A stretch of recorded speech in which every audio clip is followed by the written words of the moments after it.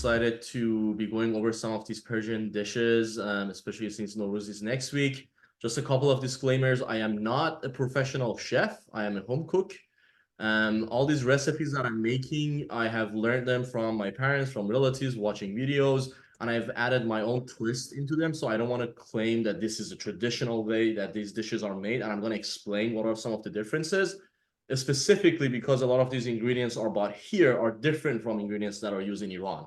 They cook differently, they taste differently, they are processed differently, so you can't just follow those recipes exactly. So ingredients, I have adjusted these to make sure they work in this environment with these ingredients. So I will explain all of those.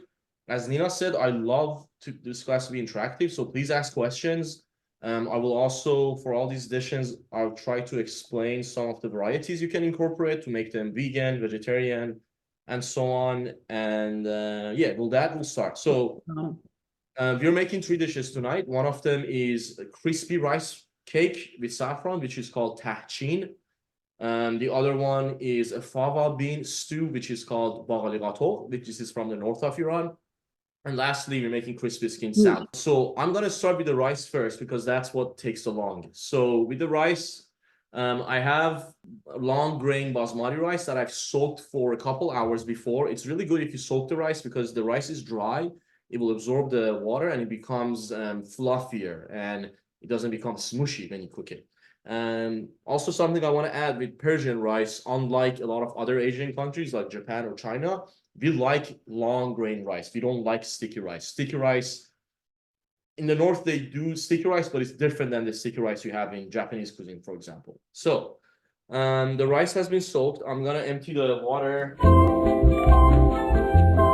So I have a pot of boiling water. As you can see, the water is fully boiling. I'm going to add the rice to the water. And I do a quick stir. Rice is good. So now we have rice and boiling water, and I'm going to add salt. This is to your liking. I add a lot of salt. We have an expression in Iran. We say the water should taste like seawater. So you want to add a lot of salt because this is the only step I'm going to add salt to the rice. And what I'm going for, and I'm using this kosher salt, Diamond Crystal's kosher salt, which is my favorite salt. This stage is very similar to when you cook pasta in Italian cooking. You want the rice to be al dente. You don't want it to cook fully. So I'm going to set a timer for 7 minutes.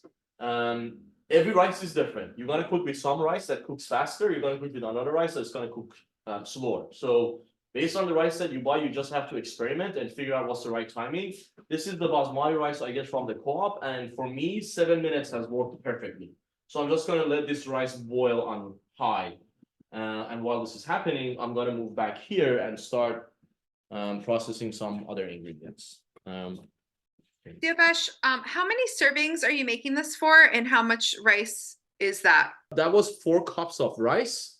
This is going to be enough for at least 4 people. And I'm talking 4 Persians who eat a lot of rice. If they eat a lot of rice, I think this can cover 5 or 6 people. So now I'm going to prep the other stuff as the rice is boiling there. So for the fava bean dish, I have a bunch of dill. So what I'm going to do, I'm going to trim. We don't need this part of the dill, the stems. So that goes for compost. And the rest of the dill, I'm going to chop it up into very fine pieces. So the fava bean dish, what does it have? It has fava beans, which I have frozen fava beans from the Co-op. It has dill, which is just chopped up, garlic, and butter. So I'm gonna start preparing the garlic now. For garlic, I'm using 4 bulbs, 4 big bulbs of garlic. This is personal preference. You can use more or less. I love garlic, so if this was to me, I would probably use even more. One thing I would say about the rice, you have to be careful when you're boiling rice. Sometimes it can, especially if you put the top on, it can overflow. So just I'm checking out every once in a while, making sure it doesn't overflow because it will make a mess. You don't want to chop the garlic too fine to a point that the point is that you want to have very small pieces that you can still crunch them as you eat this food. So what I usually do, I just slice them thinly, and then I slice them the other way. What I like to do at this stage, I like to just taste one of the rice, and it's still crunchy under my teeth. And I don't want to cook it more than that, because if I cook it more than this, in the next step, it's just going to become too mushy. So it has that crunch, it's still al dente, and that's enough. So I'm going to strain the rice. If I let this rice stay here, it's going to get very mushy because it's still steaming and it's still. In order to prevent that, I like to soak it with cold water and just make sure the different layers are kind of cooled down a bit to prevent this from cooking more and from getting smushy. Well, that's good. We're gonna leave it there. And then coming back here, I have my bowl. So this is the concoction that makes tahchin, or the crispy rice cake. For this stage, what we need is saffron, yogurt, and eggs.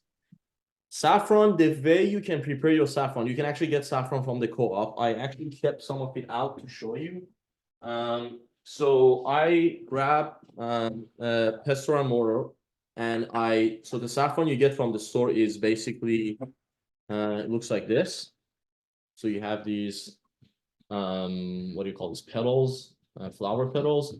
What you do, I've already done this, so I'm just going to demonstrate. You put those petals in the pestle and mortar, and you just basically grind it until it turns into a powder.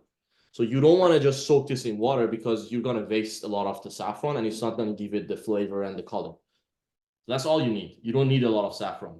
So this much saffron gave me this, which is more than enough for this dish. I'm like using it a little more because I have a lot of saffron from Iran and I just like it. But you don't need to use a lot. So you turned it into powder, and then I put it in a jar, and I put a couple of ice cubes and let the ice cubes melt. So that's all you have to do. Turn the saffron into powder, put it in a jar, put ice cubes, and after the ice cubes are melted, you have this. So you see it has really great color and flavor and everything. So this is the saffron that you're going to use. So what I'm going to do here, I'm going to make the base for that rice cake. So what is the base for the rice cake? It's saffron, yogurt, salt. I have 4 cups of yogurt in this bowl. Here. 3 cups of yogurt in here, and you saw the saffron. Salt is how much ever you want. This is the part that, again, based on experience, you have to understand the rice. If you do too much yogurt, you're not gonna have a fluffy rice cake at the end. You're gonna have something smushy. If you don't do enough yogurt, it's not gonna be a cake, it's just gonna be rice, right? So you have to find the right amount, and it really depends on the rice. Like whenever I use different types of rice, I see that it works differently. So what I would recommend is, I'm gonna demonstrate it now. I'm gonna start, instead of the whole thing, I'm gonna just do like half, right? And I'm gonna use all the saffron because that's how much saffron I want to use. And I'll turn the bowl so you'll see it once I stir it. Yeah. And some salt. Salt is to your liking. I don't like a lot of salt, so I don't do a ton. But if you like more salt, you can do that. And oh, sorry, I forgot also egg yolks as well. Egg yolk is the part that kind of keeps this together. 1, 2 egg yolks. And I'm gonna start stirring this. So this is my mixture. Oh, and for the yogurt, this is a yogurt that I really like. It's very creamy, and it's not super. You don't want to get something that is too what's the term? Juicy, I guess. You want a yogurt that is creamy. I don't use Greek yogurt because Greek yogurt, for me, it doesn't have the right flavor and the texture. I prefer this like whole, plain, really smooth. This is a Vermont yogurt. It's really good quality, so I like it for this stuff. So this is the mixture, and I'm just going to add the rice to this. So this is another important thing. If your rice is too hot and you add it here, it's just not going to work really well. So I add the rice slowly. While I'm doing that, I'm also going to start heating up my rice pan. So since this is going to be a rice cake, you need a pan that is kind of like wide and like a little bit deep. You don't want, because you'll see how the end result. I'm gonna heat this up with some oil. Let's start here. Mix the rice.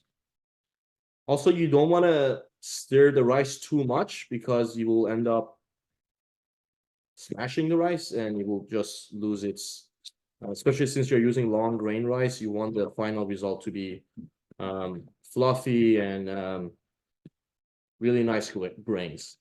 I wish you could all smell the saffron that I can smell right now. It's amazing. Okay, so this, I'm happy with this. I'm glad I didn't add the rest of the yogurt. Why? Because I don't know how well you can see the camera. This has a very good consistency. I don't want it to turn into, if I add more yogurt, it's when it's done, it's gonna turn into how do I explain it? It's not gonna be a cake, it's gonna be like almost like a cheesecake instead of a pound cake, for example. You want like a pound cake almost texture. So this is enough for me. Like instead of 3 cups, I added probably 2.5, 2 cups for 4 cups of rice. I'm making this vegetarian, and the simplest form, you can add chicken to this. So if you want to add chicken, you saute the chicken with onions before, and then you mix it in at this stage now. You can add cardamom to it. You can add, some people add cinnamon. I have some barberries that I'm going to add at the end. Actually, I'll add some now because why not? And then I'll add some at the end as topping. So you can do all sorts of flavors that you like. Actually, I have friends who do mushrooms. They're vegetarian. They don't want to add chicken. They add mushrooms. So you can do your own thing. So now I'm going to add this to this pan that is semi-hot. So I'll start strengthening the rice. I'm going to make sure it's nice and flat. If you want to make this a little more yummy, you can add some pieces of butter on top now. A lot of people do that. I'm trying to make it healthier. I don't add butter. So I make some small holes in here. Why? Because what is going to happen is this rice is going to cook and it's going to steam. So you want the steam to have some way to get out from underneath. If you don't do this, what's going to happen is that the bottom layer is going to trap more steam and it might cook more, or it might become more smushy. I will put the top on. This is the part that is the hardest for this thing because you'll see the final result. The final result is going to have crispy bottom, but not burnt. The timing is really hard to get right. So I like to put it on medium high for the first 10 minutes. Because that will crisp up the bottom. And then after that, I'm going to wrap this with a dish towel, which I'll explain later. And I'm going to let it cook for another 30 minutes so the rice cooks. Because if you remember, the rice is al dente. It's not fully cooked. And that's the whole point. If you cook your rice too much, at this stage, it's going to cook again and it's just going to become very smushy. So about the ingredient, the extra, you can come back here. About the extra ingredient I put in the rice, these are barberries, which we call zeresh in Iran. Barberries are very similar to cranberries. I didn't put them in the recipe because it's kind of hard to find in New York. You have to go to specialty stores. I don't think Coop has them. The closest thing would be cranberries, but these are a lot more sour than cranberry. They're not sweet at all. We use them in Persian dishes a lot. Now we're going to move to the fava bean and salmon. So fava bean first. This is a dish from the north of Iran. It's one of the dishes that people from the north are very proud of. It's amazing. It's very delicious. It has a lot of herbs and flavors. We call this dish Baghali Ghatogh, which is basically translates to fava bean stew. I'm using fava beans. In the north of Iran, they actually don't use fava beans. They have another bean, which I don't know exactly what it is here. I think it's very similar to lima beans, maybe. I'm not sure exactly what it is, but it's very similar to fava beans. I use fava beans. A lot of people use fava beans, but the traditional dish is not fava beans. It's, I think, lima beans or gigante beans. I'll start by, so I have half a cup of butter. You want to basically first saute the fava beans with butter because that gives fava beans a really good taste. If you cook the fava beans with regular oil, it has this a little bit of a weird taste. So this helps removing that taste. So the way this dish goes is you saute the fava beans with butter. and then you add garlic and dill, and you saute them a little bit more together, and then you add a little bit of water and let it cook. So that's the part that it turns into a stew. The tricky part with this is that this fava bean that I get from the co-op is frozen. When it defrosts, the fava beans are already little soft. So if I can really just smash them like that. So you have to be careful how much you cook this, because at the end you want fava beans that are like in pieces, they're not like smushed. So in Iran they cook this longer. This is where I said like I adjust the cooking times based on the ingredients. This is something very well known for all the Iranians that moved to US. For some reason, food here cooks faster. I don't know if it has something to do with the water, the air pressure. I don't know what it is. But for example, for this fava bean dish, I cooked this for like 5-10 minutes and it's done. But in Iran, sometimes they cook it for 40 minutes, 45 minutes, and it's still not done. So my butter, make sure the butter doesn't turn brown. You don't, we're not looking for brown butter. We're just looking for melted butter. So my butter is melted. I'm gonna add the fava beans.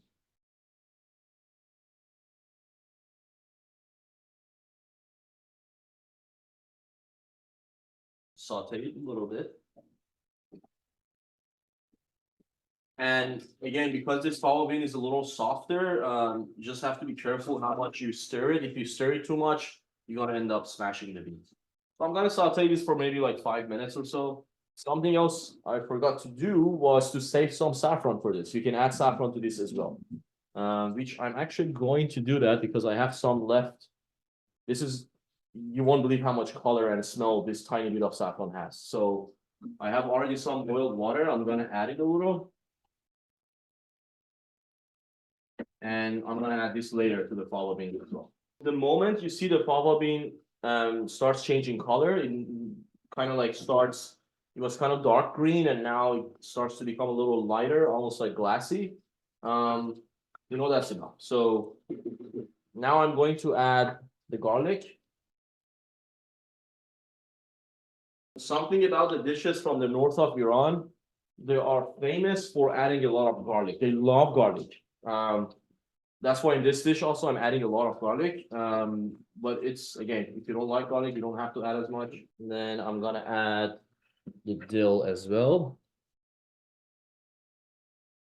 So I guess something about Persian dishes is you'll realize that they are, I love Persian food, obviously because I'm born and raised in Iran, but also because how well balanced they are. You can see in this dish, for example, how much herbs and vegetables and just the flavors are amazing. And that's a common theme in all the Persian dishes. We use a lot of herbs, and we have actually, despite the popular belief, we have a lot of vegetarian dishes. We do have a lot of kabobs, we have a lot of stews with meat, but we also have a ton of vegetarian dishes. Yeah, kuku sabzi is one of them, which is like basically similar to a herb frittata. Basically, it's just a lot of herbs. So I'm gonna add salt and pepper at this step, if you're liking. So that was 10 minutes for the rice. Now what I'm gonna do, so this is the second stage of cooking the rice. The first stage was to make the bottom crispy. Now we want to cook the rice. In Iran, this is a very common method we use to cook rice. So I have a dishcloth. You can use paper towel. You can use anything. What I'm gonna do is I'm gonna grab the top and I'm gonna cover it with dishcloth. And I'm gonna put this on top so you can see what's happening to the rice. It's steaming. Why do we use this? As this rice is cooking, it's going to steam. If I keep this top without this dishcloth, the steam is going to go on top and it's just going to drip back down on the rice. So that rice is just going to have a lot of steam and moisture and it's going to become very smushy. This way, the steam that goes on top gets absorbed by this towel actually. So it helps the rice cook without absorbing too much moisture. So in this dish, I'm going to reduce the heat a little bit also because if we keep cooking it with that much heat, it's going to burn. We don't want it to burn. So I reduce the heat. It's not low, but it's kind of lower. And now I'm going to set a timer for 30 minutes. So total time, 40 minutes. I did 10 minutes of medium high, 30 minutes of lower temperature. So our fava bean is also sauteed enough. I'm going to add a little bit of water. This is I'm using this water because it's near me, but you don't have to use like hot water. You can use cold water, tap water. So it's like around a cup. Again, because this fava bean cooks so fast, I don't add more water to it. You can already see some pieces are breaking, and it really doesn't take long for it to cook. So I'll let it cook now. Now that's gonna be our stew.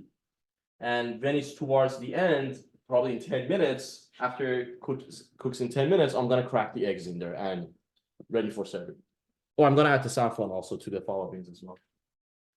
Next week is the Persian New Year, which we call Nowruz. Nowruz literally means new day. So no is new, Ruz is day. So Persian New Year happens with on a spring equinox. What do we do around Nowruz? So this is Hafsin. What is Hafsin? So it's basically a placement.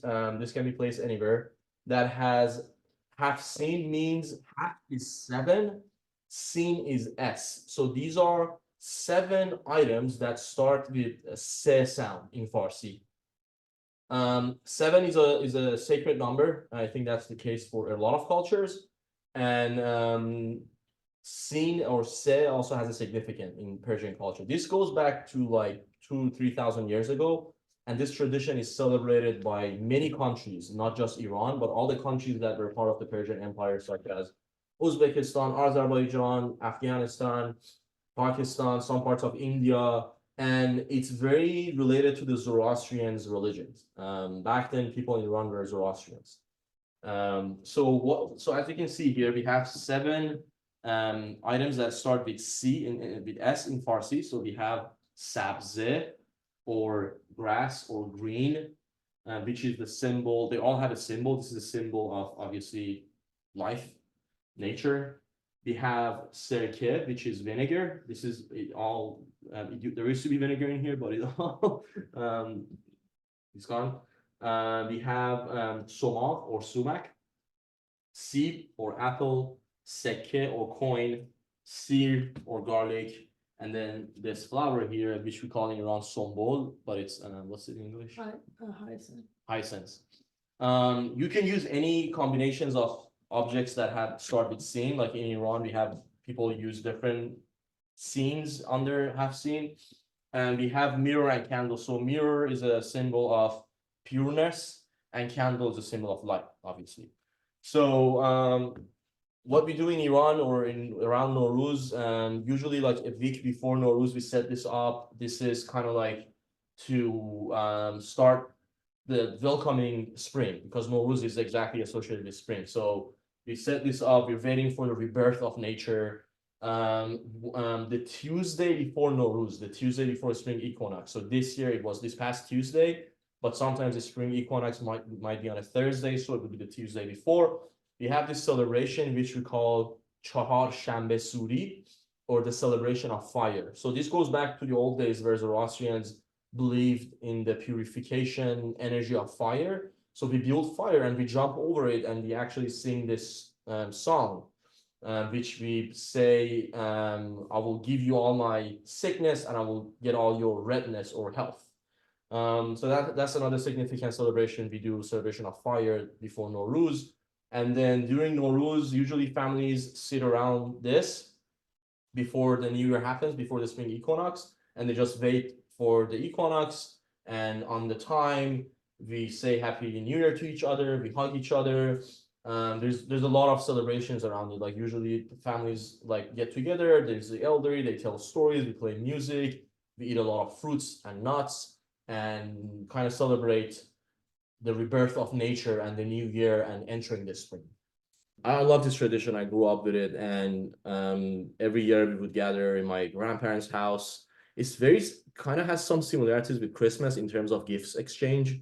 So we would exchange gifts also after, especially like the elders would give gifts to the youth, I guess. And it's very beautiful, and I think I love it because it kind of starts with the start of spring, which is very much aligned with nature as well. That's a common thing in a lot of Persian cultural events. It's about nature. There's always something revolves around nature. There is like, we have celebrations in different months, in different days. Yeah, so for crispy Swiss salmon, this is actually very simple, the simplest part. So I have a carbon still, we can use cast iron. Once this dish is nice and heated up, I'm going to add salt and pepper to my salmon. And now that this is nice and hot, I'm going to drop this in, skin side down. And it's going to cook 4 minutes on this side, and then another 4 minutes on the other side.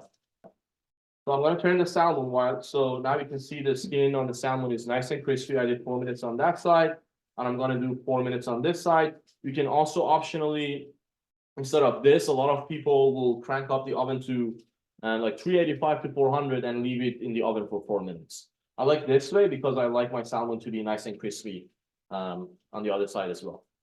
So this is done with the eggs. So I'm going to turn this one off and serve it.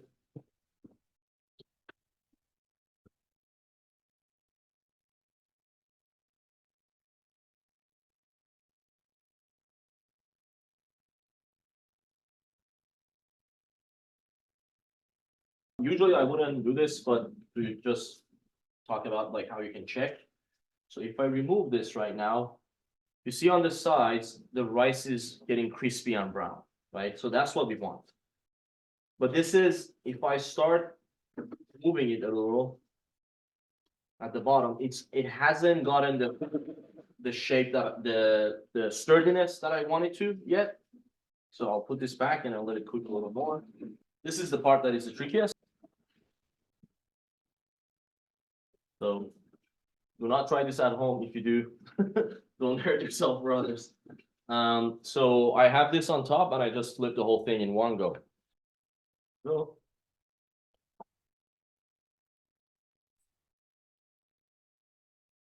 oh, a little burnt. Oh, no. That's okay. I think the heat at the beginning was a little too high. That's why it's a little burnt. So next time, the 10 minutes, you can do like 8 minutes or so, but you get what we're going for. So the final product, I'm gonna get a piece of this crispy rice.